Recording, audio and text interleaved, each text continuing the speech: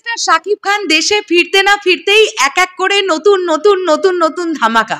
Yes, আমরা এই সময়টারই অপেক্ষা করছিলাম। মেগাস্টার শাকিব খান তিনি বাংলাদেশে থাকা মানেই তিনি কোনো সময় ফাঁকা বসে থাকেন না। বাংলাদেশের বাইরে থাকাকালীনও তিনি কনস্ট্যান্ট তার ধ্যান জ্ঞান সিনেমা, তিনি সিনেমা নিয়েই থাকেন।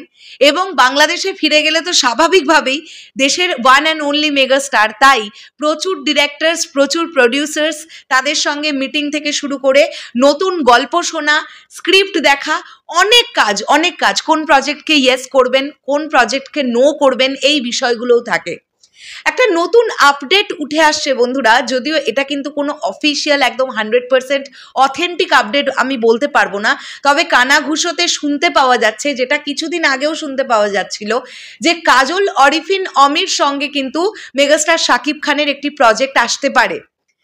বেশ কিছুদিন আগে একটি ইন্টারভিউতে কাজল অরিফিন অমি তিনি বলেছিলেন যে শাকিব ভাইয়াকে তিনি অ্যাপ্রোচ করবেন একটি গল্পের জন্য, বা অ্যাপ্রোচ করেছেন তিনি একটি গল্পের জন্যে।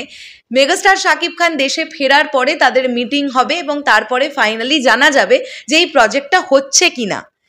তো যে আপডেটটা উঠে আসছে, আমি আবারও বলছি, এটা কিন্তু কোনো ইনসাইডার আপডেট নয়, 100% অথেন্টিক কোনো আপডেটও নয়, এটা জাস্ট একটা কানাঘুষোতে শুনতে পাওয়া যাচ্ছে যে কাজল অরিফিন অমি যে গল্পটা শুনিয়েছেন মেগাস্টার শাকিব খানকে, সেটি তার খুব পছন্দ হয়েছে এবং এই গল্পটি স্ক্রিপ্টও নাকি লক হয়ে গেছে।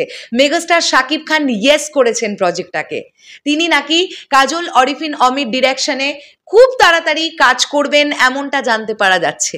এবার যদি তোমরা আমাকে জিজ্ঞাসা করো যে দিদি এটা কি কোনো ঈদে মুক্তি পাবে এই ছবিটা, এটা কোন সালের প্রজেক্ট, এটা কোন ইয়ারে রিলিজ পাবে, আমি কিচ্ছু এখনো বলতে পারবো না।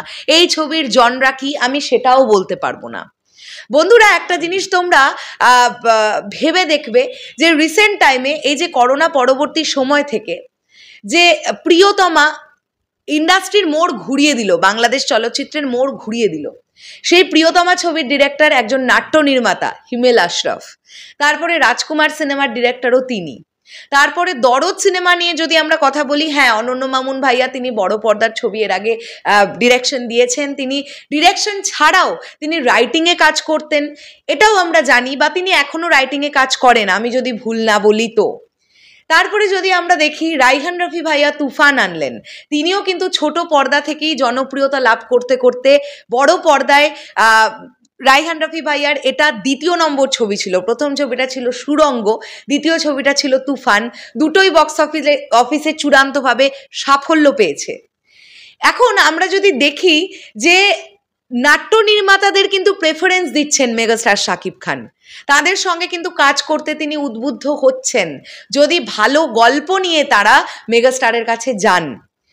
মেগাস্টার দেখছেন ভালো গল্প, তার চরিত্রটা কতটা এফেক্টিভ, তাকে কিভাবে প্রেজেন্ট করা হবে স্ক্রিনে, তাকে যেভাবে প্রেজেন্ট করা হবে স্ক্রিনে তার ভক্তরা খুশি হবে। তো এই বিষয়গুলো মাথায় রেখে কিন্তু তিনি প্রজেক্ট ইয়েস করছেন।